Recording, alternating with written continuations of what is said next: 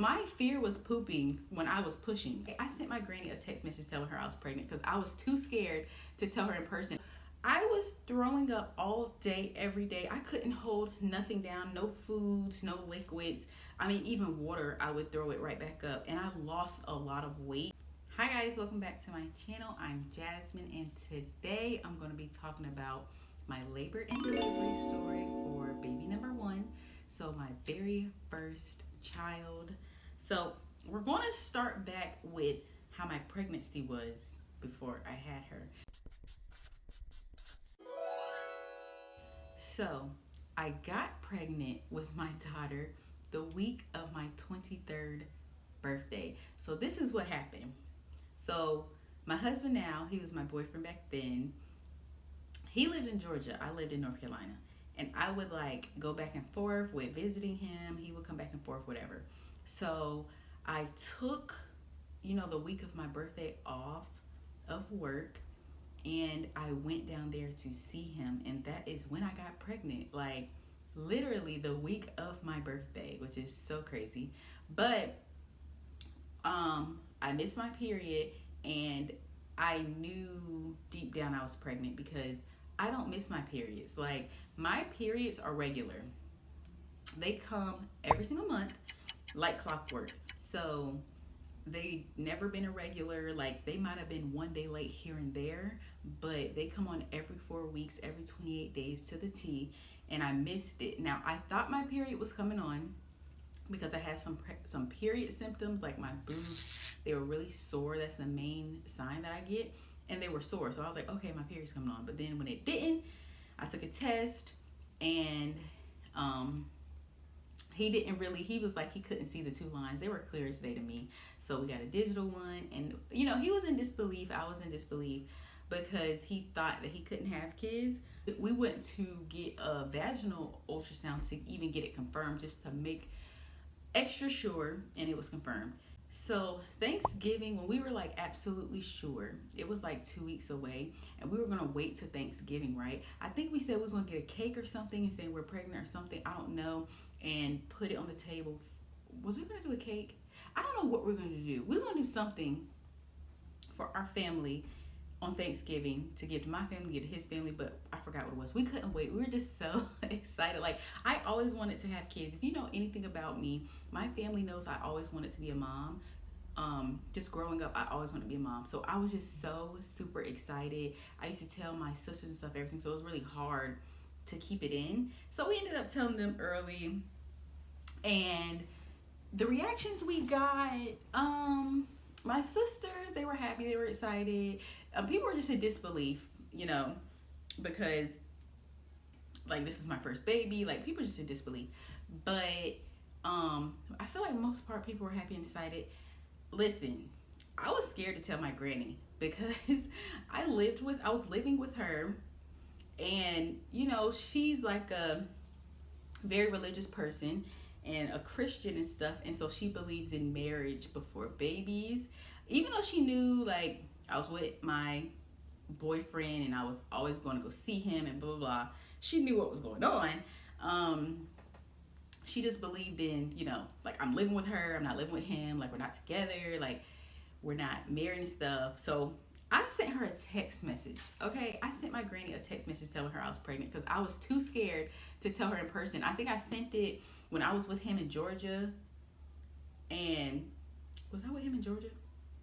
I don't know. I just know I wasn't at the house at that time. So I was either with him in Georgia or somewhere else. I don't know. But I texted her because I was too scared to tell her to her face. And I forgot what she said. Something that, I don't know. Life's about to get hard. It's about to get real, or something. But yeah. But overall, everybody comes to terms with it because it is what it is. And I put in my 1 month at my job, and I moved to Georgia with my boyfriend, which is now my husband. But basically, I had a really bad pregnancy symptom wise. I had really bad morning sickness, which I figured out now, all the years later, that I think I had something called it's called HG. I'm gonna put it on the screen. Hyperemesis gravitorium, something like that. That's what I had. I had no idea I had it. It's basically like morning sickness times 10. So I was throwing up all day, every day. I couldn't hold nothing down, no foods, no liquids. I mean, even water, I would throw it right back up. And I lost a lot of weight. I probably lost 15 to 20 pounds. And I was super skinny, super small. And it was just horrible. Nausea, vomiting. Could I love food. If you know anything about me, I love to sleep and I love to eat. Okay? So sleeping, you can't, sleeping's not that great because I have to pee all the time. Um, and then I'm throwing up. I'm getting out of my sleep to throw up all night long, all day long. And then eating, I couldn't enjoy food. Like my husband would go and buy me food, or I'd be craving something and he'll go buy it for me just for me to throw it up. He's like, I'm wasting my money. But a girl gotta eat regardless. If I'm throwing it up, I don't care. I need food. So it was really, really bad. And then it kept going. Like everybody would tell me, like, oh, it's only the first trimester. It kept going after the first trimester into my second trimester. And people like, oh, it'll be good. But it never left. And people tried to tell me like, oh, you'll be okay, blah, blah, but it was really horrible. And then it finally calmed down when I was around like 8 months, I believe. Oh, and also side note, bananas, bagels, and apples were the worst because when I was throwing up, they came up so chunky through my throat that I couldn't even breathe. Like it was crazy. But I think around like 7, 8 months, it started to calm down. I was still experiencing nausea and vomiting every single day. But it was getting less than what it was in the beginning of the pregnancy. But then I started to experience something different. I started experiencing extreme dizziness and lightheadedness, guys. It was crazy. Like I'm talking about. So you know how you go whip up some eggs, right? Eggs are like the quickest food to make, right? I would go try to make some eggs and I couldn't even stand up. I would feel like I'm about to pass out. I'll have to sit down in a chair to cook eggs at the stove. Basically, I couldn't stand up for more than like 5 minutes without feeling like I'm about to pass out. I would get dizzy. I would get lightheaded. When me and my husband went to the grocery store, like, we always go to the grocery store together. I could not walk around the grocery store. I would have to sit on the floor because I would feel like I had to pass out. It became to the point where, and I felt bad for my husband because he's just looking at me like what to do, but it was nothing he could do. And it came to the point where I couldn't go to the grocery store with him anymore. Like that was before they had Walmart delivery and all those things, and pickup and stuff. So I couldn't even go to the grocery store with him. Like he had to start going by himself because I could literally not help him. I couldn't stand up in the store. I couldn't do anything, and it was horrible. Basically what I thought was just, oh, this is being pregnant. Like I just thought everything was normal. Like when I brought it up to the doctors, they was like, you're still experiencing nausea and vomiting. I'm like, yeah, that's okay. Well, it's just normal for some people. I never told them the level I was experiencing at because I thought it was normal. Like this is my first baby, you know what I'm saying? But what I've learned now is a lot of women get hospitalized when they have HG because they're so dehydrated, which if you're not holding down food or liquids, your body is going to be dehydrated, and they usually have to get like a drip. I think the only reason I was not hospitalized was because one of my cravings was water. Like I was addicted to water. Like I craved water, so I drank water all day, all night. I don't care if I was throwing it up. I went and go drink another cup. So I think that's the only reason was like I was a little hydrated because I just kept drinking so much water. So what I came to find out was that my iron was severely low. I had really low oxygen in my blood, so that's what was causing me to bring. Because I brought it up to them about being lightheaded and stuff, and they found out that my iron was really low. So they told me to take slow release iron. Is that what it's called? Yeah, slow release iron, and my conditions improved big time. But like I said, I was already at the tail end of my pregnancy. So okay, guys, I went and got my daughter's baby book because there was a few things that I forgot. It said that I told my best friend Chanel first when we got pregnant, and my husband told his brother Keon first. So those are the people we told first. What I craved during my pregnancy: ice, lemonade. I really like fruit, so strawberries, apples, grapes, kiwi. Water, like I said, I really crave water, egg sandwiches and Chinese food. And then I only gained about 10 pounds. So I told you guys I lost probably about 15 to 20 pounds and I gained 10 of those back. And it said I first felt her move around 5 months. And it's funny because I didn't know if it was just gas or if it was her moving. Because I'm like, I got a lot of gas when I was pregnant. Okay, so let's talk about the labor and delivery story. That was all my little pregnancy stuff.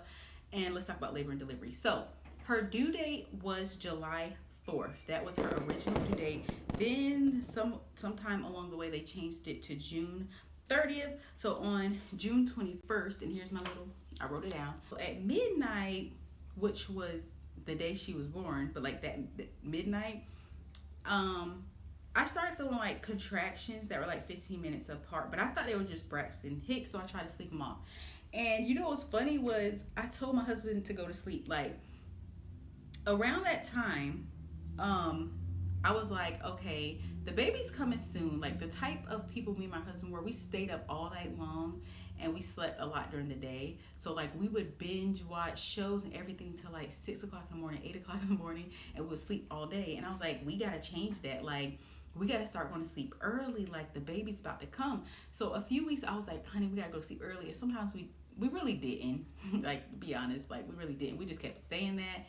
And I specifically remember that night. I was like, honey, go to sleep. Honey, go to sleep. Honey. Like I tried to lay down around, like I said, midnight. But those Braxton Hicks were just so strong. And I was just like, honey, go to sleep. I just remember tossing and turning and going to the bathroom a lot. And he was just like, yeah, you know, I'm gonna go to sleep or whatever. He didn't lay down until 5:45 a.m. Tell me why 15 minutes later at 6 a.m. my water broke. I felt a huge gush of fluid between my legs and it just kept coming. And I literally was just like, honey, turn the light on. I think my water just broke. He was so frantic, guys. Just remembering that memory, he was so frantic. He was just, oh my gosh, we gotta go to the hospital. Like he was just all over the place. Like he jumped up, put his clothes on, grabbed the car keys, and was like, are you ready to go? Like guys, I'm still like sitting in here just gushing fluid in the bed. And he ran around, got the car keys, and was like, let's go. I was like, no, honey, calm down. Like, we can't just get up and leave. Like, we have to call the doctor. And then once she gives me the green light to come in, like, I have to shower. I have to finish packing the bags. Like, it's going to take us a minute. And so he was like, okay, so I'm going back to sleep, basically, because he literally just fell asleep. So he's like, you do everything you need to do. And I'm going back to sleep. Let me get something to drink. So I went to use the bathroom. I was like texting my friends. I was telling like, should I go ahead and like shave? Like I was just texting my friends and stuff. So I was shaving everything. I went to shower, made sure everything was nice and shaved. You know, they weren't horrible. The contractions weren't horrible at all. Because of course I called the doctor. She said you can come in. So I just went and got everything ready and I just kind of took my time. My fluid continued to leak, right? I put on pads because I didn't know what else I should wear. So after I showered and everything, like I put on pads. It's funny, I just threw a towel in the bed because my husband went back to sleep. I just put on pads, but I soaked through 2 pads before we left the house. So we got to the hospital around 9 a.m. because we got stuck in 8 o'clock traffic. This is when we lived in Georgia, and where I was going, it was in Atlanta. So you know how the traffic is in the morning, in the afternoon, whatever. So we got stuck in 8 o'clock traffic. So I didn't get to the hospital till around 9-ish. They checked me around 11 a.m. and I was only 1 to 2 centimeters dilated. I was so sad because I felt like this was going to be a long process. Okay, like I always hear the first baby is like it takes a really long time for you to have them and deliver them. So I was like, this is going to take a long time. I just thought when my water broke, I was just going to be further along or something. So the contractions started to get closer and stronger together. It really just felt like bad cramps in my uterus. Like that's how I could really describe it, like really bad cramps. And I just had to breathe through them. So they checked me, of course. They swabbed the fluid to make sure that it was, what is the word? I can't think of it.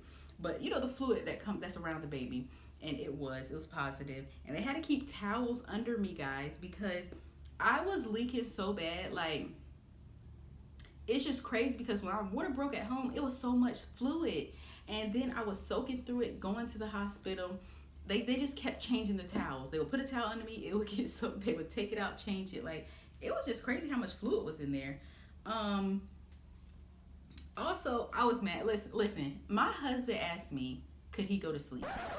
And he was so tired. And when I'm in pain, I don't really like him to touch me. Like, I don't like nobody to touch me, but I was in pain. I was having contractions, and he felt like he couldn't do anything for me. Like, when they were gone, we would talk and stuff like that. But when they were like, when I was going through it, I'm like, don't touch me, don't talk to me. Like, let me just go through it. Let me breathe through them. And that's it. So he was like, can I go to sleep? Because I'm tired. I can't help you right now. And I was like, what? Like, how could you ask me that? Like, no, you can't go to sleep. I'm in pain. Like, I'm not about to be in pain by myself. I was like, I haven't really slept either because of the contractions. Like, I was up all night and stuff like that. And I'm in some of the worst pain of my life. And like, he wants to sleep. Like, what did you talk about? So I was like, listen, when I get my epidural, we both can go to sleep, because that was my plan, to get an epidural. Also, it was crazy because I was experiencing diarrhea, nausea, and vomiting at the hospital before I got my epidural. And they said this is the body's way of clearing out before the baby comes, like literally.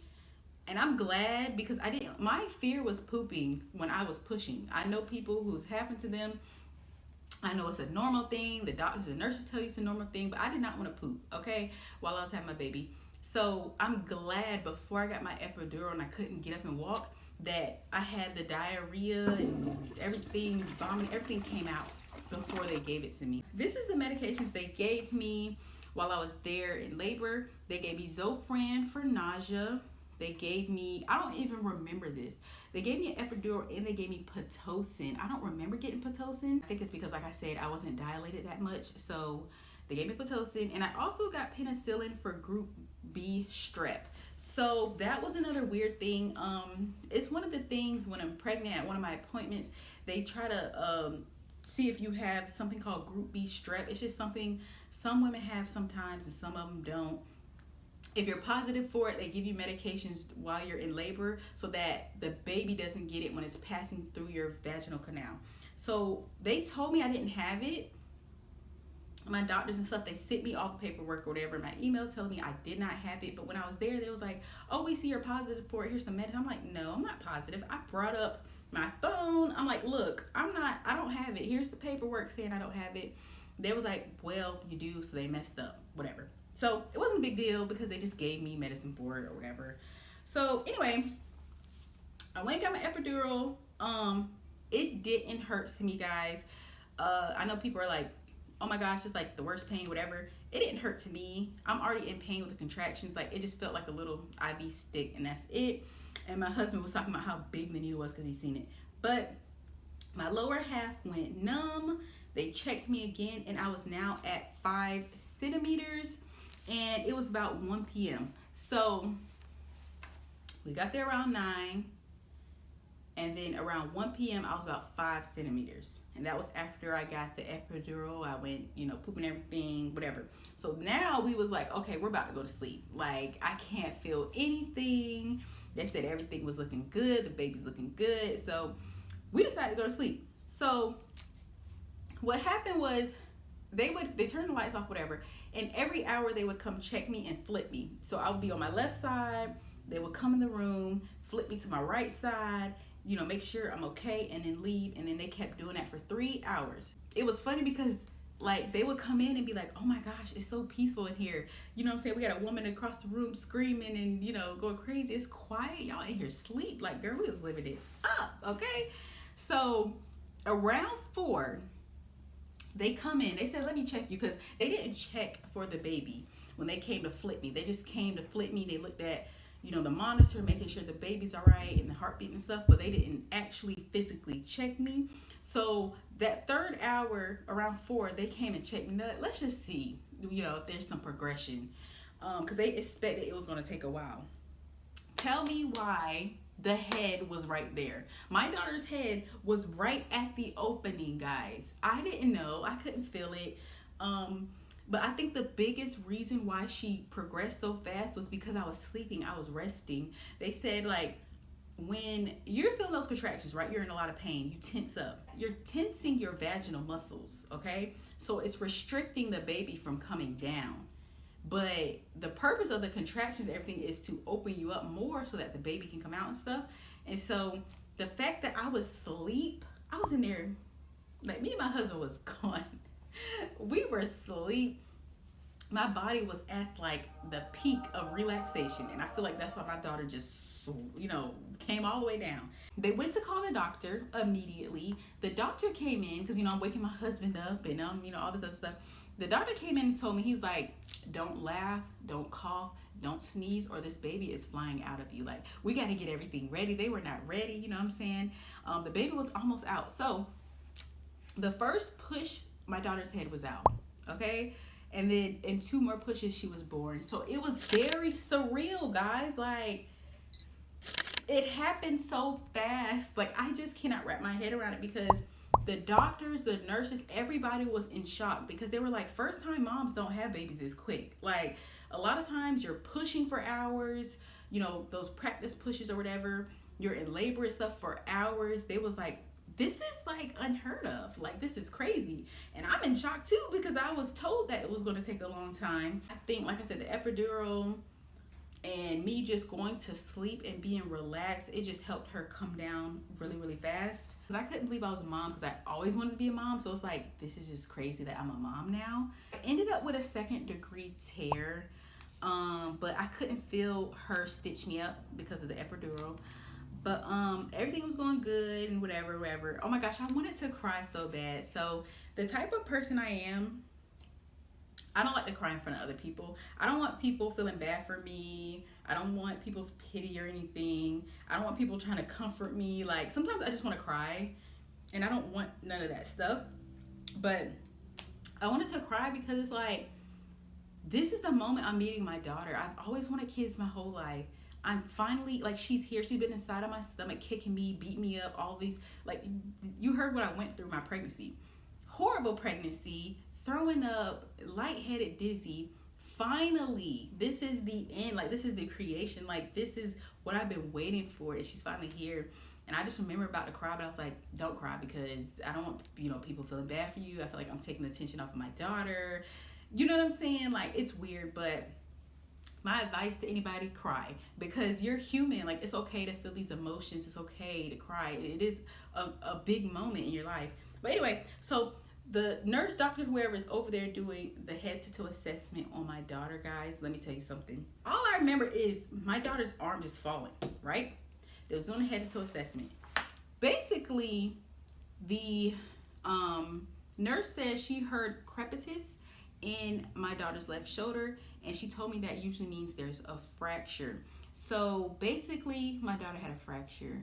Her left shoulder blade, bone, whatever, it was fractured. They took her for an x-ray and they confirmed it, and they said it was a common occurrence, and that there was no treatment for it. It just the bone had to heal by itself. My husband said the doctor, it was a woman, he felt like she pulled her out too hard. So I don't know if they did it. I don't know if it's because my vaginal canal was small or what, but she came out and she had a broken left collarbone. So that was just really scary and hard, because it's like, she's just born and now she's already coming out with a fractured shoulder. But they said in their hospital it was common, so I don't know if them doctors just be yanking on them babies or what, but that scared the mess out of me. And then they told us to follow up at the brachial plexus clinic to make sure there wasn't any nerve damage.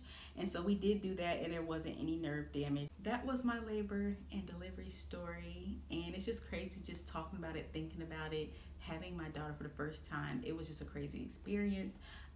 After this video, my next video is going to be my labor and delivery story for my second child, my son.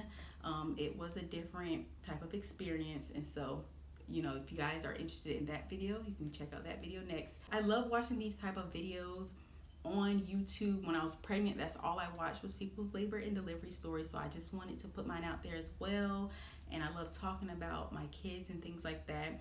If you guys want to chat in the comments about, some things you experienced, did you have nausea and vomiting? Because there's some women who don't have that at all. How were your pregnancies? How was your delivery story? Because everybody has a story. And then let's chat in the comments, guys. If you like this video, give it a thumbs up and subscribe if you want to. And I will see you in the next video, guys.